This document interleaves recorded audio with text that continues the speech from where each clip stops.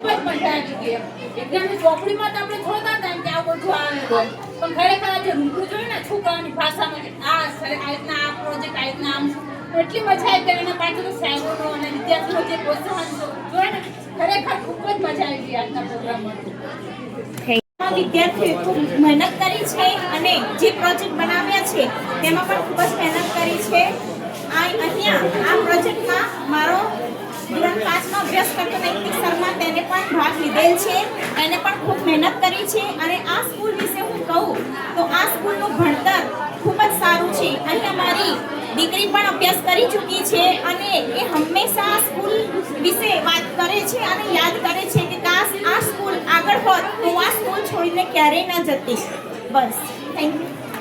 Shreya madam ને વાલીઓ તથા શિક્ષક જે આ પ્રોજેક્ટ બનાવ્યું છે એ બહુ સરસ અને સુંદર છે. જેમાં વિદ્યાર્થીઓની મહેનત, શિક્ષકોની મહેનત અને આપણા બધાની વાલીઓની પણ મહેનત છે.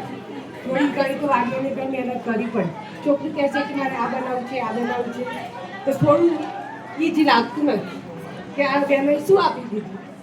તો બહુ સરસ આજે બનાવ્યું છે એ બહુ સરસ છે અને આ શાળામાં મારું બાળક ભણે છે, ખૂબ સારું ભણે છે, ખૂબ સારું શીખે છે, ખૂબ સારા સંસ્કાર અને સારી પ્રેરણા પણ મળે છે. Thank you. આજે વિજ્ઞાન મેળો બહુ સરસ છોકરોએ સરસ ભાગ લીધો અને સારી એવી મહેનત કરી.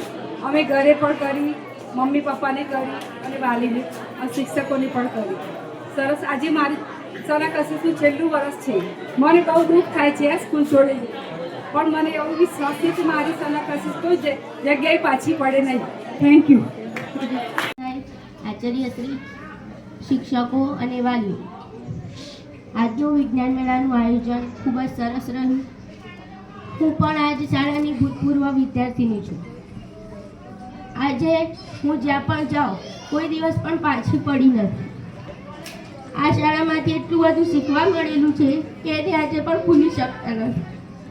એટલે આ શાળાનો ખૂબ ખૂબ આભાર માનું છું અને આજે પણ અમને આ શાળામાં આવવાની ઈચ્છા થાય છે. એટલે જો આ શાળામાં જો સાયન્સ હોત અને આગળનું ભણવાનું હોત તો આ શાળામાં ભણતા, કેમ કે આ શાળાના શિક્ષકોનો પ્યાર હજી પણ અમને યાદ આવે છે. અને મને આજે પણ મનીષ સાહેબનો અને શ્રેયાબેનનો સાથ કોઈ પણ કાર્ય હોય, કોઈ પણ જ્યારે પણ જરૂર પડી ક્યારે એમને ના નથી કીધી. એમનો પણ ખૂબ ખૂબ આભાર.